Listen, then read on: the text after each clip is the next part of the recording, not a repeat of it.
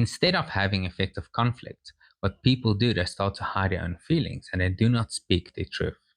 Therefore, in relationships, they start to say yes for things they should actually say no. And like we discussed previously, due to unhealthy boundaries, we do not show up for ourselves like we should. And people say yes for various reasons. Some of the reasons is they fear rejection, they fear abandonment, the need for approval, the need to belong. Abuse, fearing abuse. And what we've seen in psychology is that due to lack of boundaries, many times it actually manifests in physical symptoms. What type of physical symptoms would that be? Physical symptoms is like stress, anxiety, depression. They have mood changes, and even their behavior starts to change. And their behavior starts to change inside the relationship. Their behavior also starts to change with other significant relationships outside of the significant relationship as well. So, like family and friends. Yes, most definitely. And they often see the change before you actually notice it yourself. Most definitely.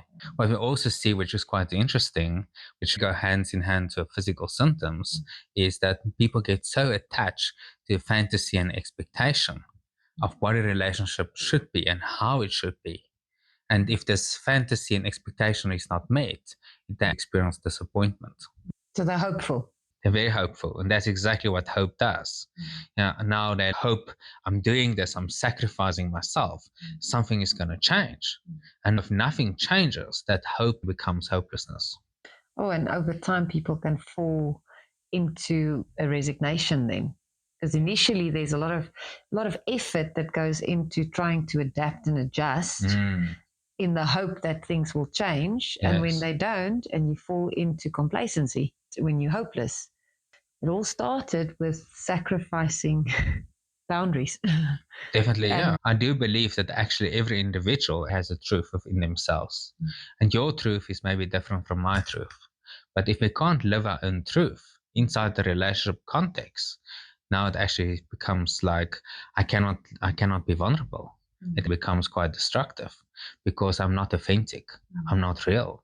Because you're denying parts of yourself, you're hiding parts of yourself to fit into this relationship. So Yes.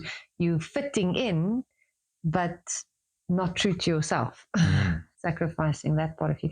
I think if you talk about the expectation, disappointment loop, it can become this vicious cycle where you try and meet an expectation, and let's face it, no relationship is perfect, especially off the bat.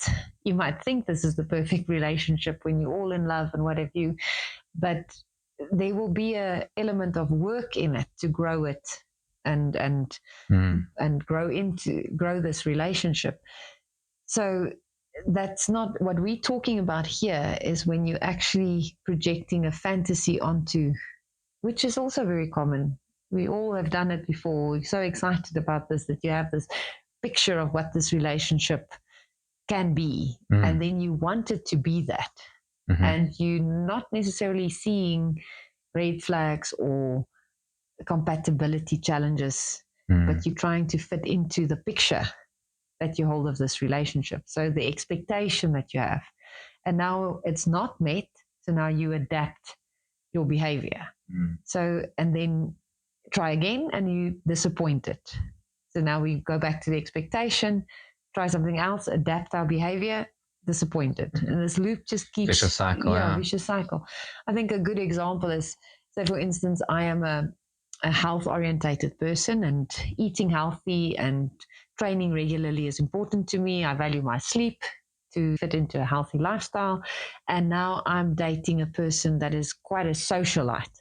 And they like going out every night and drinking every night and staying up late. And it's all fun and exciting, but it's impacting who I am.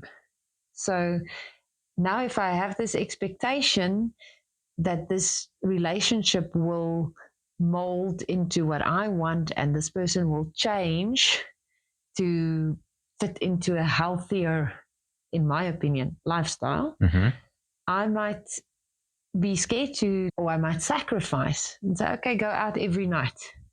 Initially go out and train every morning, and then eventually start sacrificing on the healthy eating or the training, or I might come to a point where I'm scared this person's going to leave me.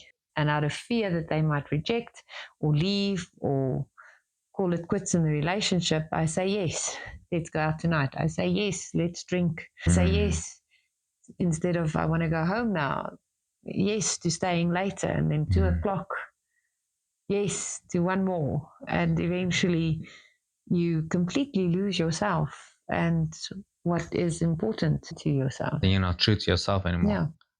So unfortunately, that often occurs in unhealthy soul tie entanglements, that you hide, deny, suppress little parts of you, who you are. Because, like you said, to be authentic in a relationship is wholesome.